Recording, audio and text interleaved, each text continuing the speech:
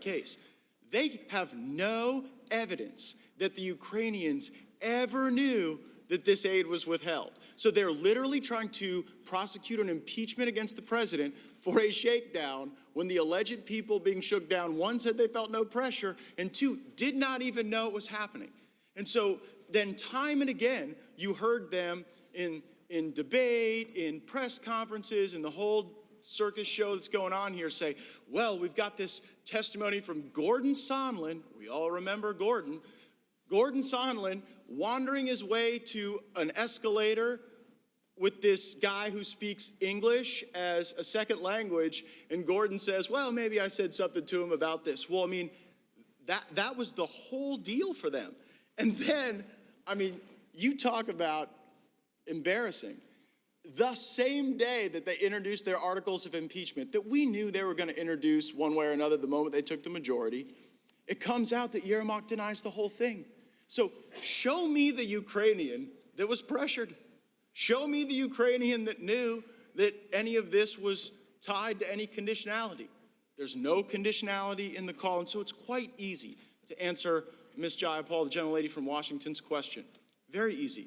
In this case, there is no conditionality. You can't prove it. You have no evidence of it. And frankly, even the Ukrainians, even your purported victims, are coming out in the press and saying their theory of the case is wrong. Their fundamental premise has been rejected. I yield the gentleman from Ohio. You got to yield back to. Yield back to the gentleman from Pennsylvania. Yes, I yield to my friend from Ohio. I thank the gentleman for yielding. Exactly. What changes? We got a brand new president who ran. Zelensky ran on anti-corruption. Let's see if he's the real deal. And that's exactly what happened in the 55 days the aid was paused. We talked about 5 critical meetings that took place. 5 meetings. The last one, I think, is the most important because you had a Democrat senator and a Republican senator meet with President Zelensky in Kyiv. They knew the aid had been paused at that time. Ukrainians knew they'd learned a few days before that, and the issue never came up. But what did come up is both of these senators came back and said, this guy is the real deal, worth the risk, worth sending the hard-earned tax dollars of the American people to Ukraine. That is what happened, and the facts are very clear. You can make up all the stuff you want, but the facts are on the president's side. They've always been on the president's side. Democrats keep saying, to get the call, to get the meeting, to get the money, there had to be an announcement. It's December 12th. There is yet to be an announcement from Ukraine about any type of investigation into Burisma or the Bidens. Yet. Because it's not going to happen. Because it never needed to happen. That wasn't the point.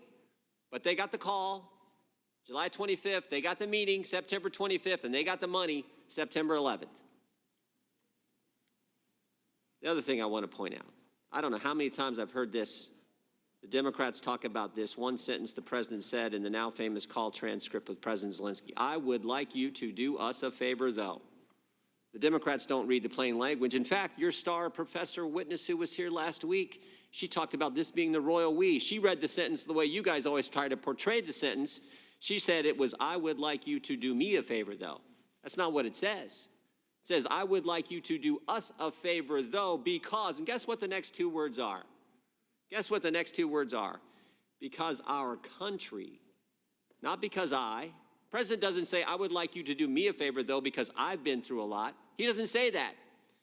It's very clear. I would like you to do us a favor, though, because our country has been through a lot. And that is the understatement of the year. Heck yeah, our country's been through a lot. This is the day after Bob Mueller sat in front of this committee and we learned that there was nothing there. But 2 years, he put our country through all kinds of turmoil because of you guys. That's what the president's pointing out, because in the end of this paragraph, he references Bob Mueller. That's what he's talking about. Heck, yeah, our country had been through a lot, and the president was pretty ticked about it. He wanted to find out what was going on. That's very legitimate. That is working on behalf of the American people. But again, as I said last night, you guys don't respect the 63 million people who voted for this guy. That's why the Speaker of the House called the president an imposter. That's what's wrong. I would like you to do us a favor, though, because our country has been through a lot. I yield back. The gentleman yields.